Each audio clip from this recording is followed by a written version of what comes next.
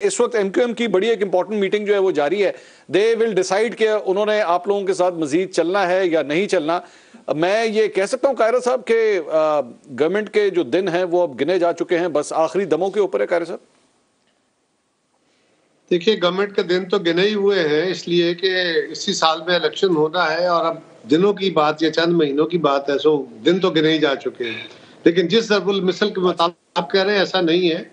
MQM के साथ हमारी गवर्नमेंट में भी आपको याद होगा 2008 से 2013 में भी बड़े उतार चढ़ाव थे और इस वक्त भी जिस इशू के ऊपर एमकेएम हमसे नाराजगी का इजहार कर रही है वहां पे हमारी बेबसी है कि वो हमारे सारा कुछ कार में है नहीं।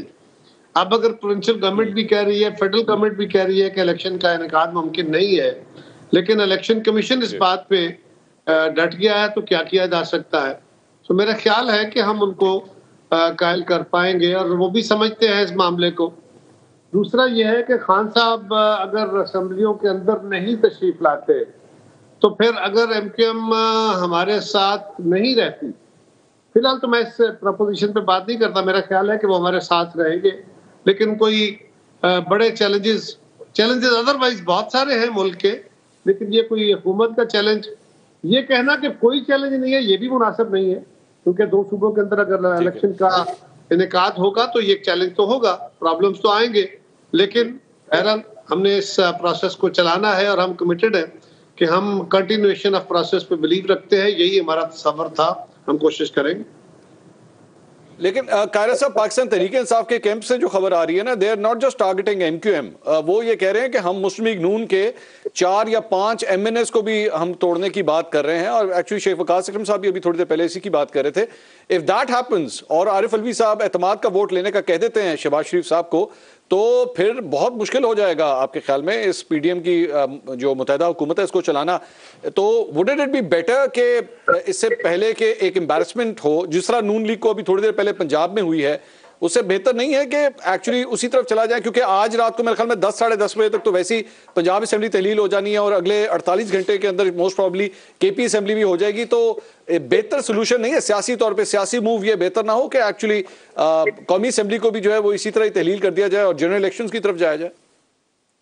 एक जमात के जोर पे जिन सूबों के अंदर उनका मैंडेट मौजूद है और अक्सरियत मौजूद है, वो क्यों असेंबलियां तोड़ दें? इसलिए कि खान साहब को पसंद नहीं है? बिल्कुल ऐसा नहीं होना चाहिए। मैं तो इस ख्याल का हामिल नहीं हूँ। प्रेशर अपनी जगह होते हैं और प्रेशर रजिस्ट किए जाते हैं। एक प्रपोजिशन आपने बयान की है, जरा गौर कीजिए कि फर्ज करें जो प्रपोजिशन आप बयान कर रहे हैं, कोई मुस्लिम लीग का एमएनए टूटने वाला नहीं है, फर्ज करें कोई टूट जाता, फर्ज करें, अब ये मैं प्रपोजिशन को, और कसरत नहीं रहती, सदर साहब कहते हैं अक्सरियत का वोट लो और शहबाज शरीफ साहब अक्सरियत का वोट नहीं ले पाते, फिर क्या होगा? असेंबली तो खत्म नहीं होगी, फिर नया इंतखाब होगा नए लीडर ऑफ द हाउस का, और अगर उसमें कोई फर्स्ट गो में कोई नहीं ले सकता मेजॉरिटी तो रन ऑफ इलेक्शन हो जाएगा, फिर क्या होगा? फिर वही आ जाएंगे, क्योंकि खान साहब तो असेंबलियों में है नहीं, या तो फिर आके बैठेंगे और लोग उनके साथ मिलेंगे और उनके नाराज साथी भी उनके साथ मिल जाएंगे, तो वो कसरत में आके कोई फैसला करने की पोजीशन में होंगे ना। अगर आप इस पर पोजीशन पर जाएंगे तो उसके तो बेशुमार रास्ते हैं, लेकिन ये बात मैं मान रहा हूं कि खान साहब ने जो दोनों असेंबलीज तहलील करने का ऐलान कर रखा है और अब उसका अमल दरामद शुरू हो गया है, ये अनफॉर्चुनेटली जो हमारी कोशिश थी कि असेंबलियां अपनी मुद्दत पूरी करें, दो असेंबलियां अपनी मुद्दत पूरी कर गई थी, अब अगर ये निजाम अपनी मुद्दत पूरी करके इलेक्शन में जाता है तो ये कंटिन्यूएशन होगी और इससे कोई बड़ा फर्क नहीं आना। इलेक्शन होगा या 2-3 महीने बाद इलेक्शन हो जाएगा, ये कोई बड़ा क़यामत खैर समा नहीं होगा इसका।